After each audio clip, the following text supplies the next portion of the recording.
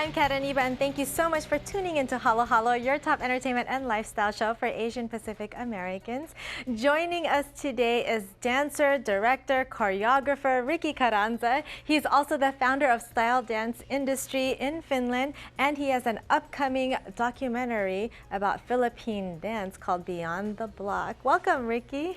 Nice to be here, Kat. Nice to have you here. Now, before we get started, I want to know how you got into the field of dance. Oh boy. Well, I saw it. I think every Filipino somehow is involved with dance and music, so I got involved. You know, seeing from my mom and my family, they're always dancing, inviting all the neighbors. So I think I was conditioned. Was it Filipino dance or was it more break dancing? Was No, it at that hip-hop? time. So at that time they were dancing salsa. You know, like this was in the 70s. So. Yeah, whatever I saw from my family, I would imitate. And then from there, you became a dancer and choreographer. I read that you've worked with Gary Valenciano, Kula Desma, I mean, some huge Filipino superstars. How did that come about? Well, it started in a TV program called Dance 10. It was a cult classic dance program at that time. It was some sort of a local version of Dance Fever. Oh, okay. I don't know if you're familiar with Dance Fever back in the days. Yes. By Danny Terry. So it was like an offshoot of that. It was like a local version of that. Right. And we won the grand championship for that one. There were two categories in there. So there's a solo category and then the group category. I was studying at UST then, and I just saw it, and I asked my neighbors, "Hey, would you like to join that program?" And they said, "Oh, yeah, sure," but we didn't know how to dance. And I said, "Okay, I'll teach you." So you taught them? I taught all of them, and I didn't learn from anybody. You know, I was just watching from. Really? No, I was just watching from TV. I would watch Penthouse 7. Right. I would watch Soul Train. Oh, yeah. Whatever I could see on TV, I would try to emulate, and so that was it. And then when my neighbor said, "No, we don't know how to dance," and I said, "Okay, I'll teach you." What, you know, so the first person that I taught was myself. Oh, that's funny. So it was yourself, and then you taught this big group, your neighbors, how to dance. Yes, my neighbors and my former school classmates. Right, and then so you started your career in the Philippines, but now you're in Finland. Yes. How did you move over to Finland? Okay, so I was studying in Italia. I studied in Florence. I was becoming a doctor, and then the last thing that I had in mind was dance. I said, because I already gave it up. Oh, you did? I gave it up. Like 1987, I was at the top of my career, and I said, I got tired of this. I got tired. I wanted to have a new purpose and a new sense. So I quit dance, and I said, okay, like Zorro, buried all the paraphernalia. I said, no more dance. I'm gonna be a studious guy. And then I was in Faculty of Medicine in Firenze, and then somebody asked me, like, "Hey, I heard that you used to be a pro dancer."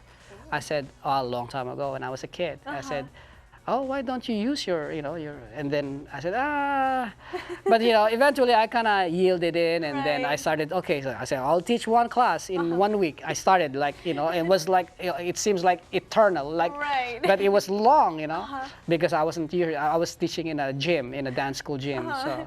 And then before long, I was teaching 30 hours per week. And that was it. And then I got invitations. From one class to 30. Classes per week. 30 classes per week. And then you created Style Dance Industry? No, not yet. No, I set up a small association, dance association. But I was still hesitant, I was still, I wanted to concentrate on, just, like being like a career, like doctor or whatever. So you were still doing dance and yes, I was still at the university. To be a doctor. I was studying, I was in the Faculty of Medicine, but it's not exactly the doctor. It's about sport, sport medicine, something like that.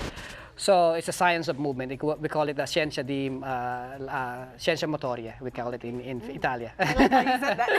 Laurea di scienza motoria. So anyway, so I got, hesitantly I started doing it, and then before long I got everything, and then I was offered different jobs in different places, and I was offered 2 jobs, one in Helsinki and another one in Vancouver. But since I already made a contract, I signed a contract before the Helsinki guys came in, so I went to Vancouver. But then again, it didn't pan out for some reason. So I came back to Europe and then ended up in Helsinki. I said, I'm just gonna try 1 year, and because I wanted to travel, and then I got stuck there. Dance is in your blood. Yes. So style dance industry. I found it later when I got there. I on. worked first in a dance school in a prestigious, so it's probably among the best, biggest dance schools there.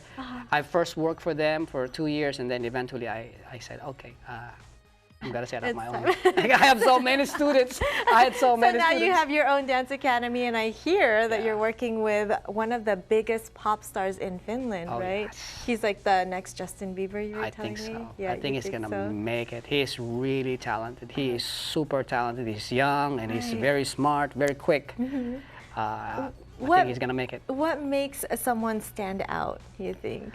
I think it's a complete package. I think the talent is definitely there. You have to have it, but there's more to it. I think there's your wits. I think that, and also your integrity to people too. Not just to your work, but your integrity. I think when people see that you're genuine, and you don't have to be perfect. Nobody's perfect, but at least you're genuine. You're genuine, and then they will accept you, and then they would give you more opportunities. I think that's just from my own personal experience. Now, we have to actually take a quick break, but after the break, I want to talk about your documentary that you've been working on for quite some time, Beyond the Block. Okay, don't go anywhere because we have more from Ricky Carranza because he's going to talk about his upcoming documentary titled Beyond the Block.